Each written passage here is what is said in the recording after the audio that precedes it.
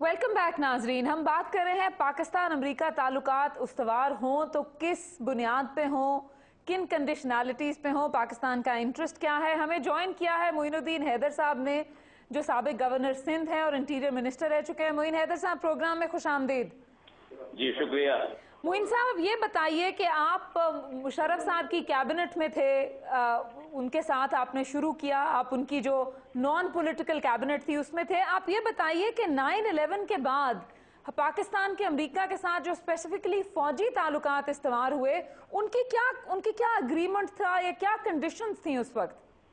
देखिए, ये बहुत सी चीजें परवेज मुशर्रफ साहब ने कैबिनेट के साथ शेयर नहीं की। अच्छा। उस जमाने के जो DGISI थे, प्रेसिडेंट साहब ने बहुत सी बातें, उनकी शर्तें बगैर कैबिनेट से डिस्कस किए हुए पहले उन्हें कमिट कर दी और मान ली। जी। अब बात यह है कि उस वक्त जो सूरत हाल थी, ये अफगानिस्तान में बॉम्बिंग शुरू हो चुकी थी जी, और पाकिस्तान को थोड़ा दबाव में रखा हुआ था। परवेज मुशर्रफ साहब को सपोर्ट और लेजिटिमेसी चाहिए थी, तो उन्होंने बहुत सी उनकी शर्तें ऐसी मानी जो बाद में हमारे लिए मुसीबत का बायस बन गई हैं। क्या है वो शर्तें मोइन हैदर साहब? Very quickly. एक किस्म की अनकंडीशनल सपोर्ट ही थी जी, जिसके अंदर जो बाद में पता चला कि उन्होंने हमारे 3 या 4 हवाई बेसिस भी हमसे ले लिए, हमसे ट्रांजिट फैसिलिटीज ले ली, अपने ऑपरेटिव जो है FBI के दूसरों को पाकिस्तान में उसामा बिन लादेन के साथियों को ढूंढने में उनके लिए एक ब्लैंक चेक ले लिया। इस तरह की चीजें ले ली जिससे कि पाकिस्तान के जो कौमी मफादात का जो है वो तहफ़्फ़ुज़ ना हो सका, because of many steps that were taken in those days. Moin साहब, ये बताएं कि अभी भी जो कोर कमांडर्स कॉन्फ्रेंस से हमें स्टेटमेंट सामने आती हैं, उनके अंदर ये लिखा जाता है कि जी ड्रास्टिकली अमेरिका के जो लोग हैं उनकी यहाँ पे तादाद कम कर दी। तो पाकिस्तान के अवाम को तो यही पता नहीं है कि वो तादाद आखिर थी क्या, और अगर वो मुल्क, जैसे आप कह रहे हैं कि मुल्क के इंटरेस्ट में नहीं था कि उनको पाकिस्तान के अंदर बूट्स ऑन द ग्राउंड किसी भी शर्त पे लाए जाएं, तो वो अब फिर कैसे इंटरेस्ट में है? वो भी तो अब कम की हैं, खत्म तो अभी भी नहीं हुई। मेरे ख्याल से इस पर अब उन्होंने कहा है कि जो हमारी बातें ज़बानी कलामी अंडरस्टैंडिंग थी वो उसको खत्म किया जाए और इनको राइटिंग में लाया जाए, ताकि पता रहे कि हमने क्या चीज प्रोवाइड करनी है और उनकी क्या जिम्मेदारियां हैं। और साथ साथ जो बहुत से आदमी जिनको इजी वीजास मिल गए हैं जी, और वो यहाँ पर क्या कर रहे हैं, उनकी एक्टिविटीज हमें बताई जाए। तो अब ये पाकिस्तान ने जो स्टैंड लेना शुरू किया है, तो उससे उनको अमेरिकनों को तकलीफ हो रही है इन बातों से। अच्छा, मोइन हैदर साहब, हमारे साथ तारिक फातमी साहब भी मौजूद हैं जो साबिक एम्बेसडर हैं। तारिक फातमी साहब, प्रोग्राम में आपको खुशामदेद। मुझे मालूम नहीं कि आप मोइन हैदर साहब का आर्ग्यूमेंट सुन सके हैं या नहीं, लेकिन मुझे ये बताइए कि पाकिस्तान के अमेरिका के साथ जो ताल्लुकात हैं और जिसकी हमें हर रोज एक नई जोहत पता चलती है, कभी पता चलती है मालूम नहीं कि वो मिस इन्फॉर्मेशन है, आप क्या क्या अग्रीमेंट्स हैं, क्या डील है पाकिस्तान की अमेरिका के साथ जो पाकिस्तान के लिए मुस्बत है या मनफी है?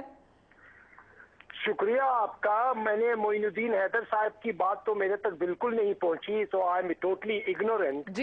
मेरा नहीं ख्याल है कि किसी को भी इस चीज का इल्म है एग्जैक्टली कि किस किस्म की एग्रीमेंट्स रिटन हुई थी और किस किस्म की अंडरस्टैंडिंग्स वर्बल हुई थी मुशर्रफ साहब के वक्त में between himself and the Bush administration.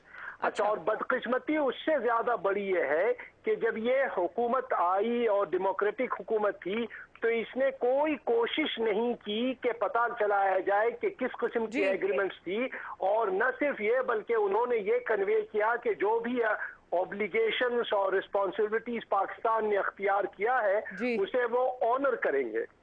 और इसी वजह से आपने देखा होगा कि इस हुकूमत ने कभी भी इन पॉलिसीज की कोई रिव्यू या री एग्जामिनेशन की न ख्वाहिश अवाम से की, न अमेरिकन से इस इशू को रेज किया। और इसी वजह से एक इतना बड़ा तजाद आपको नजर आता है हुकूमत में और बाकी समझ लीजिए सिविल सोसाइटी, आप हैं, हम सारे लोग, क्योंकि हमें आज तक पता ही नहीं है तो क्या एक्चुअली हमारी क्या जिम्मेदारियां थी। और इस वजह से ये कंफ्यूजन रहेगा और बदकिस्मती से यही है at the core of the Pakistan US differences जी, कि मालूम नहीं है कि क्या चीज। फातमी साहब, ये बताएं कि फिर इसेंशियली तो अगर उन्होंने, इस गवर्नमेंट ने कुछ चेंज नहीं किया, जो अग्रीमेंट्स थे बिटवीन मुशर्रफ साहब गवर्नमेंट एंड दिस या अमेरिका के साथ, तो चेंज नहीं किया, तो ये तो फिर continuation of the same policies है।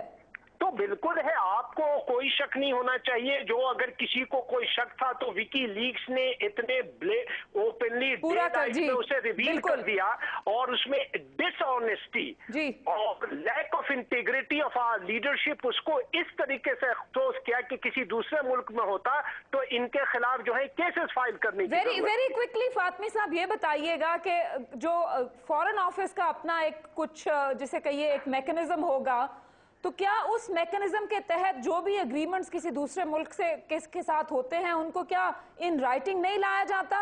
आप सही कर रहे हैं, मगर जब इंस्टीट्यूशनल इन्वॉल्वमेंट होती है, जिस तरह से ज़ियाउल हक साहब ने रेगन एडमिनिस्ट्रेशन में किया था 5 ईयर मल्टी ईयर पर 3.2 बिलियन का एग्रीमेंट, मगर अगर लीडर्स जब आपस में एक अंडरस्टैंडिंग करते हैं और खुफिया करते हैं तो ऑब्वियसली न फॉरेन ऑफिस इन्वॉल्व होती है न दूसरे इंस्टीट्यूशंस। यहाँ तक के हमसे तो लोग ये तक कहते हैं कि उस जमाने के जो कोर कमांडर्स थे उसमें भी सारी इंस्टीट्यूशन एज सच नहीं इन्वॉल्व थी। नीड टू नो बेसिस के ऊपर। जी जी जी।